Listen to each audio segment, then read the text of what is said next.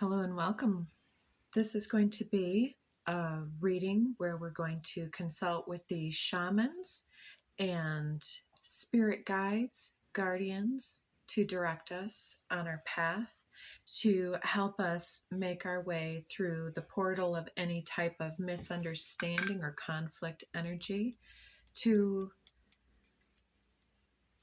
reclaim any missing or underestimated soul parts, to gather forth all of our vitality back into our center, aligned, radiant, beautiful. Let's take a deep breath together, synchronize our energies, letting your worries and anxieties and fears pass through the smoke and to be released, breath by breath.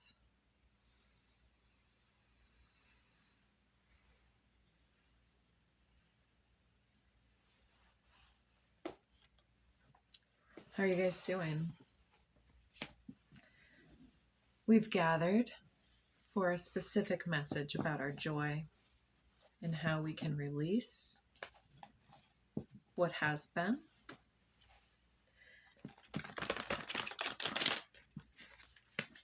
Let's get a couple of cards from the shamans here, and we'll reserve more of our oracle cards for the end. All right. Get a couple out here before we keep going. All right. Beautiful energy coming out here for you guys. Cleaning something up and seeing the writing on the wall. Let's get about 4 more.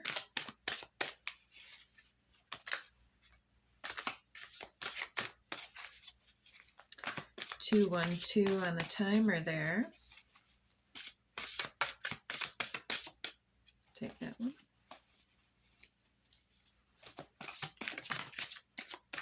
2 more necessary. Let's get going here. 2 more cards. So Princess of the Autumn Harvest was under the deck from the Kali Kuan Yin deck. I shuffled it again after today's daily Dharma. It's uploading now. All these messages are intended to be timeless. But as I went to shuffle that again, card 21 there, I was called to leave it. So Princess of the Autumn Harvest is 22, and then we just got the 21 there. I'm waiting on 1 more card. We've also got the 23 out, and there it is. Number 13, the Crow. The Wall, obstacles. So the wall showing up as underlying theme here. Number 56, this wall shows a lot of blue and violet color scheme here, but also there's a keyhole doorway to the cosmic realms here. What's below that is thunder. Lost compass, getting back to integrity. Eye of the needle, dream thief. Interesting. So, all right, we'll go down that far. So you've been trying to make it through this wall for some time here. We've got the intentionality, the intention of making it through the portal. See the cosmos behind that eye of the needle there as well. And I'm going to try not to look behind this one. There's that lost compass. See, this is, it's like the key to this portal here, the lost compass. The compass is the key. It's like in one of those movies where you have to plug in the specific piece, this ancient knowledge, this piece of whatever, the piece of resistance, pistol of resistance. And you put that in and you turn it, and then the portal opens. Clearly I don't speak French, right? So Eye of the Needle, it's like there's all this energy coming to your aid, but then right at the end, as if a video game, there's this last demon that needs to be slayed, so to speak. And it says refusal of the call. So I think this is you struggling with your intuition, but then there's this rumbling here that's being honored. And it's revealing that even though you don't have the key to the one door, you've got the clue or the key necessary to open this other portal here.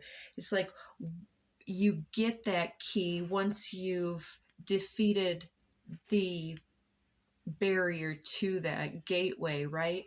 That's why the end of the video game's kind of coming in. It's like once you defeat the end of that level, then the portal is not blocked any longer, and then you go right through it.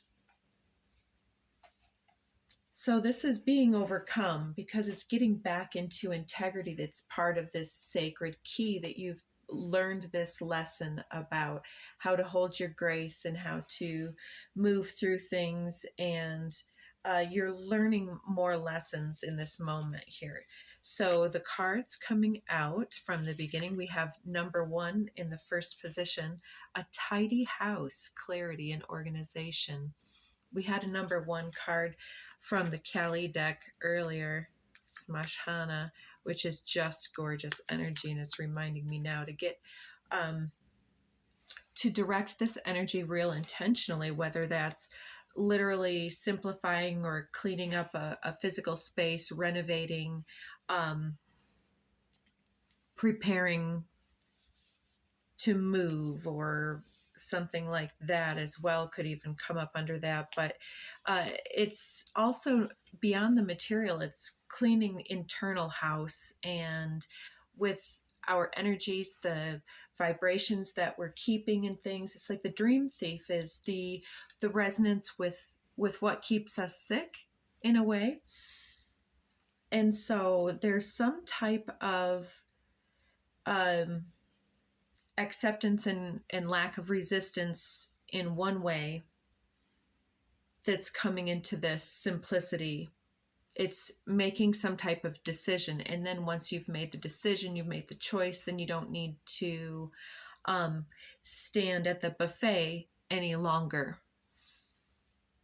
So coming out next, let's just reveal all the cards here. We've got in the hand, the universe is your partner, number 31, again with the 1.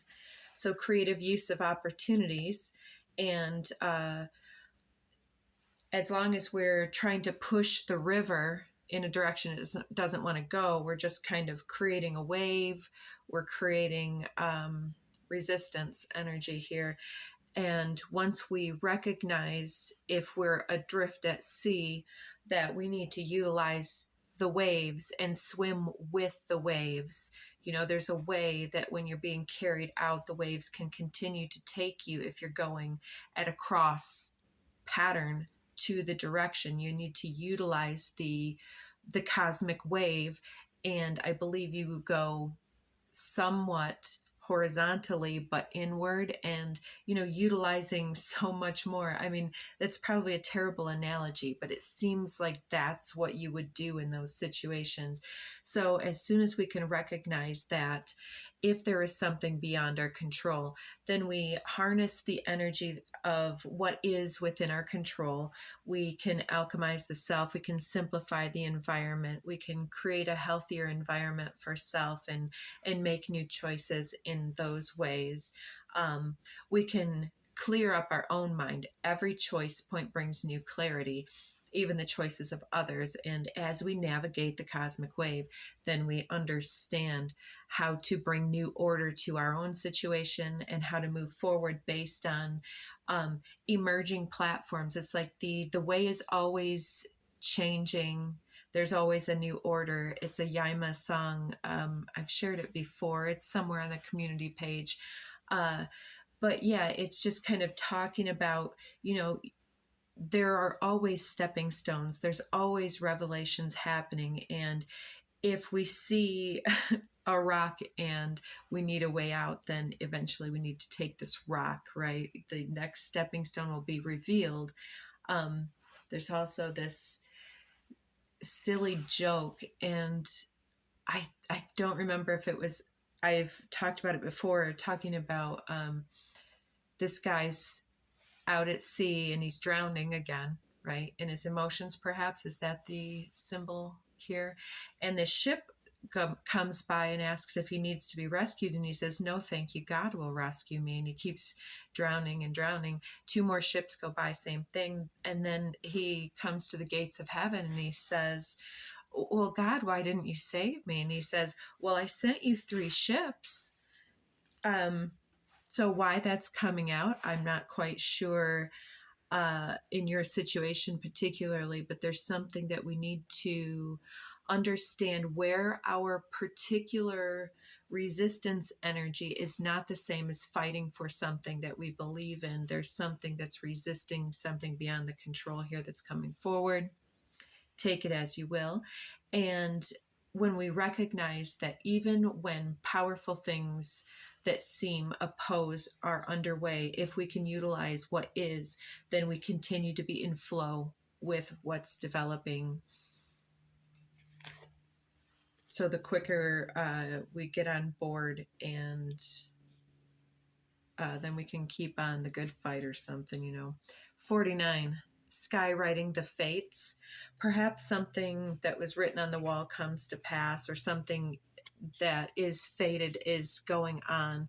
And like for me, this is still post-election energy. Maybe there's been some type of declaration that seems opposed to something you were trying to organize, like, you're trying to clean the house and then the dog comes in and just had been playing in the mud, walks across your fresh floor or something, type of a thing. It's like, to a certain extent, we do have to understand that this is a universe of duality on purpose and for purpose. And if we choose to be intentional with our energy, then we can recognize our power to continue to participate in this very powerfully. And with skywriting the fates, I think that this is also an activating thing for you, whatever has just transpired at the time that you're watching this. And recognizing here how powerfully you feel for something helps you to harness that energy proactively and take a new stance and make a new shift to walk in tandem with your calling and your purpose in a powerful way. There's below, now the second row, below Tidy House, we have the Cosmic Womb, the Divine Feminine, number 6. There's been a lot of feminine energy stepping forward, particularly with those that are in the collective that I'm reading for. Where a lot of us, whatever gender we might be, the ones here that are building the light, as far as like standing on purpose with the universal love force energy. And there's this need right now for powerful healing to find clarity and cosmic order in a shift or a change. And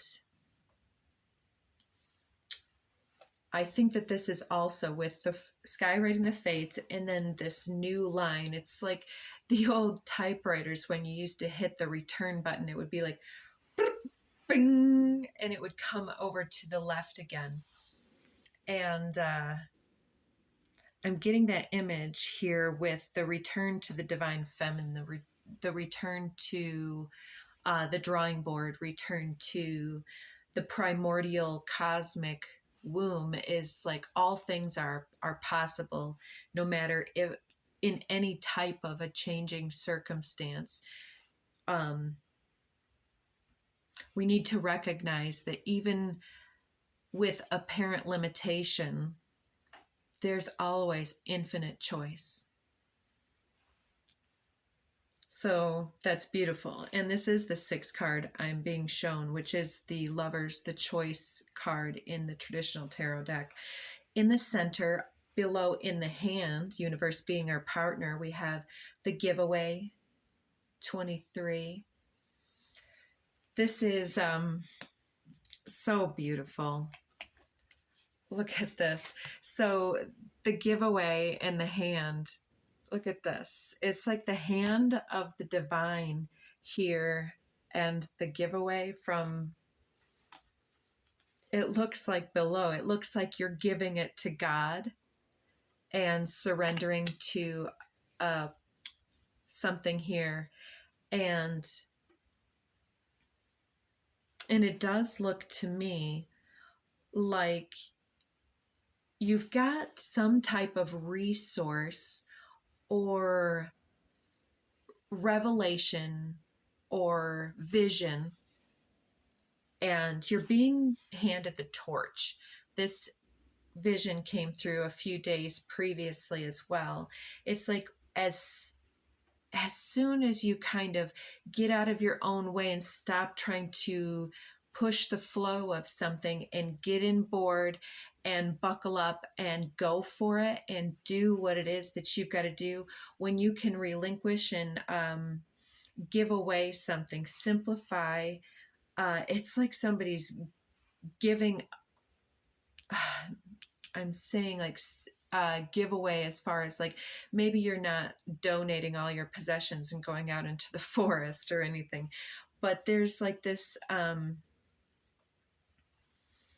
release of responsibility in some type of a way for the choices of others. Forgiveness comes in with the giveaway, to witness and recognize how to release. It could even talk about a soul or a loved one who has passed away. There's some type of giving it to God and asking for the ancestors to step forward in this way. And I think that as soon as there's this release and surrender moment, and going and witnessing where you can flow more perfectly here, the universe is then, as your partner, giving you something in return. It's like, here, you want to take this, and then the barter exchange program, all of a sudden you get something else back in your hand. And so the fact that it's the universe giving you something, it's like you may be giving to one thing in one way, and then your repayment, your dharma, comes through another source in another way. So this could even be like deciding not to give your attention to a particular job or partnership or a certain house. Even here, I keep looking at this house card, or a certain chore, and giving away that, like getting a maid so that you can do this other thing. Or, I mean, should we be so lucky to get help in that way? But maybe you're bartering for services. I know that that was something that came up for me once upon a time. And then this next card, below skywriting in the fates, is this 50, Spirit of the River, movement toward adventure. So it is kind of like giving away everything and then going and joining the circus, becoming a gypsy, going on a quest, some type of mission. Movement toward adventure. Yeah, some of you may be going simple and taking something on the road. But with cosmic womb on this line here, it's like whatever that you are returning or healing from, or doing in your sacrificial giveaway, it looks like from that same space of release and healing and integration, something becomes quite simple and quite orderly in your mind. And that's where the idea, the epiphany comes in, which is possibly part of your gift or your receiving of this cosmic wealth. And then you start to really ride the wave with this spirit of the river. Instead of trying to push the river, you're riding the river and you're navigating it. You're anticipating where there's a rock that you could either, like jump out of the wave and like kick off the rock, maybe even, because I feel like you have some type of navigational skill that's almost otherworldly in this scenario that you're dealing with. And once you can start to trust the flow of your body and the way that you move, trusting the things that you care about and feel for, then you become aligned with the spirit of the river. And it's like then the river almost, I'm seeing, then transports you and pushes you. And it's like in something like, I love making references to both Avatar movies, and they're both coming through, both the Airbender and the one with the blue people. um but there's this point where the airbender people that are the waterbenders, that they actually can create and move the water and things such as that. um, but there's some type of, every time anything moves towards a different place in time, even if it seems like the evil or those ideals that aren't in alignment, even though it seems when things are challenging us that we should try to resist, there's always more that can be done if we um, somehow agree and then step forward from there, right? Using this stepping stone, this hard place to lift oneself up out of the water, riding the wave, and then kicking off from any type of foundational shifts and changes and leaping forward into now, where we can anticipate and understand and expect that things will be coming forward from there, right? So there's an adjustment here happening at the end of the second row, the decision to, okay, if that, then now what? To the third line, we've got tidy house, clarity, divine feminine, cosmic womb, which became wound right there. The cosmic wound at 2222, 57, unmarked trail, revelation. There's something that I'm seeing is like an about face. This came up previously where there's some concurrent things happening in our lives where there may be themes or patterns evidencing where it's almost like I'm seeing the swimmer as they're doing their laps in a competitive lap Olympic pool, and then they come in so hot to the other end and then they kick back, and it seems that they really torpedo and twist and head the opposite direction. So unmarked trail, revelation, there's been a revelation that you're at the end of this lap. And again, with that returning typewriter image, it's like even I'm seeing where you twist up those rags.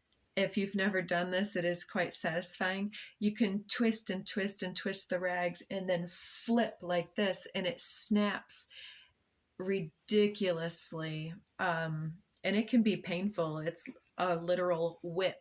So there's something like getting whiplash from this 0 point energy. And I was seeing in someone else's reading today, I may have to follow this person if they're going to come up in my energy. It was an Akashic reading, and she did a chart based on change. And it basically goes 1 to 12, and then the 0 point is in the center. And then you rinse and repeat. You come back to that center point and you start all over again. So in every natural based cycle, there is always a phase of deconstruction, which came up in the first daily Dharma today.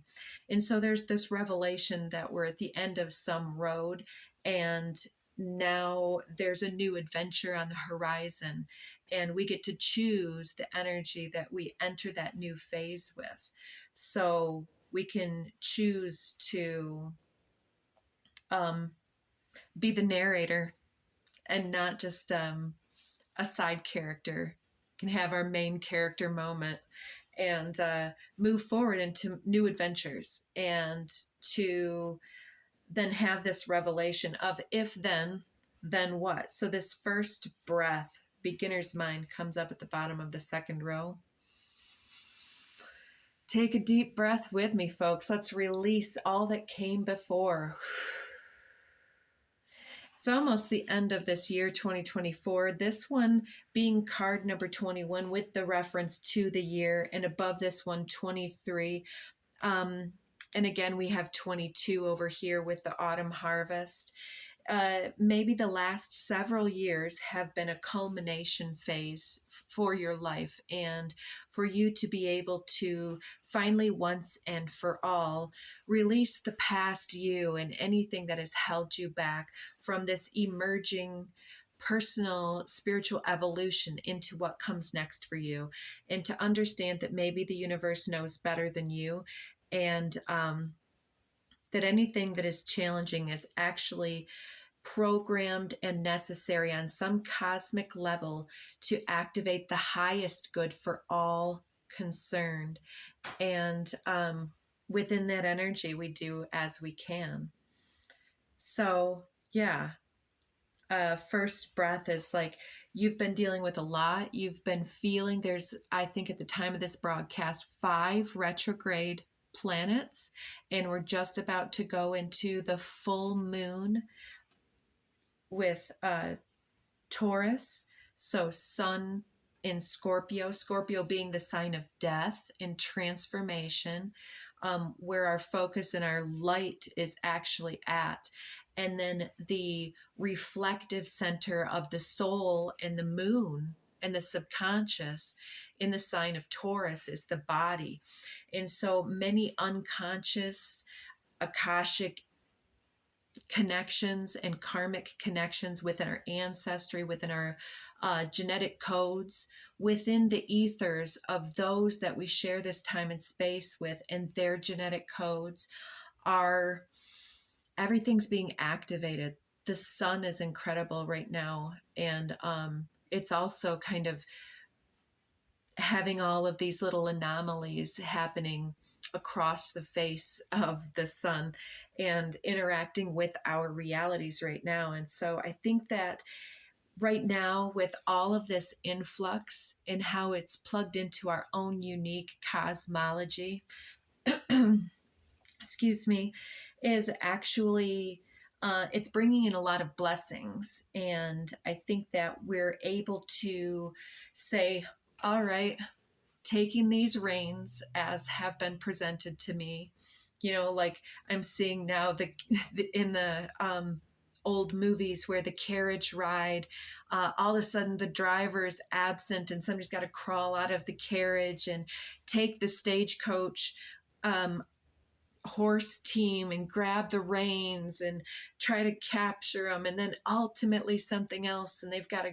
jump off onto one of the horses. It's like, I think to a certain extent, when we can understand that there is a theater happening in our lives, and that if we can understand how to become lucid in the dream of life and become aware that the theater is sometimes trying to play us, like the character or the role is trying to eclipse our trust and understanding that tomorrow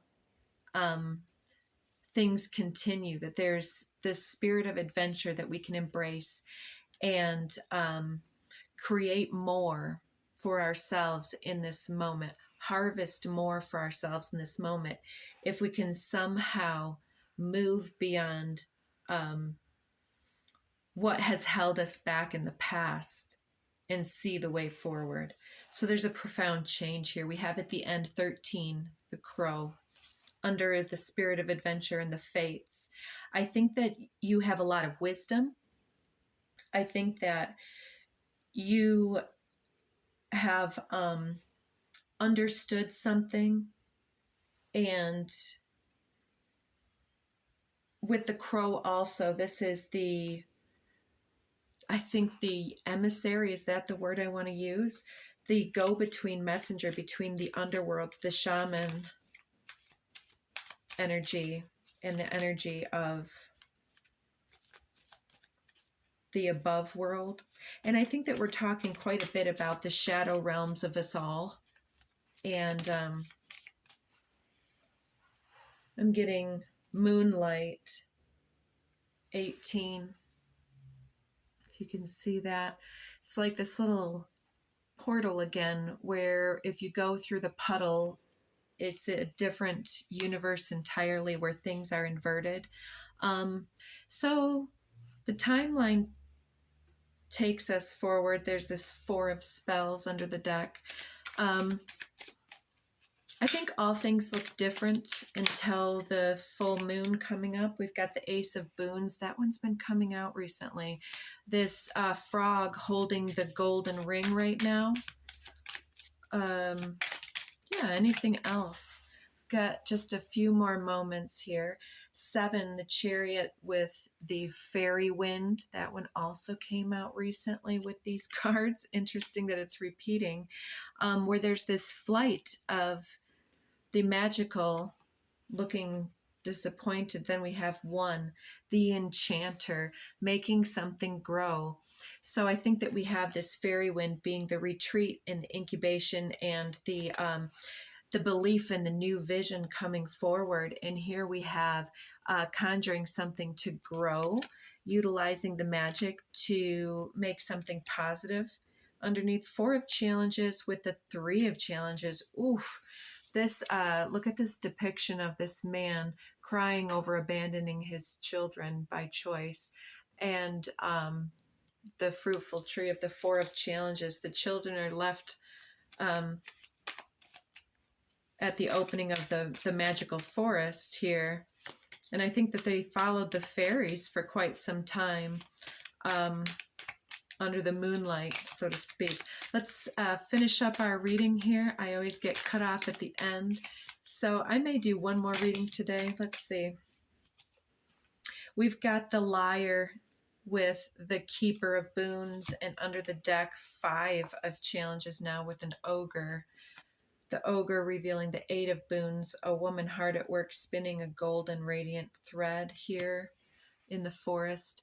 So, yeah, there's a need to keep the faith and the integrity and to let the liar be revealed in whatever way that speaks to you.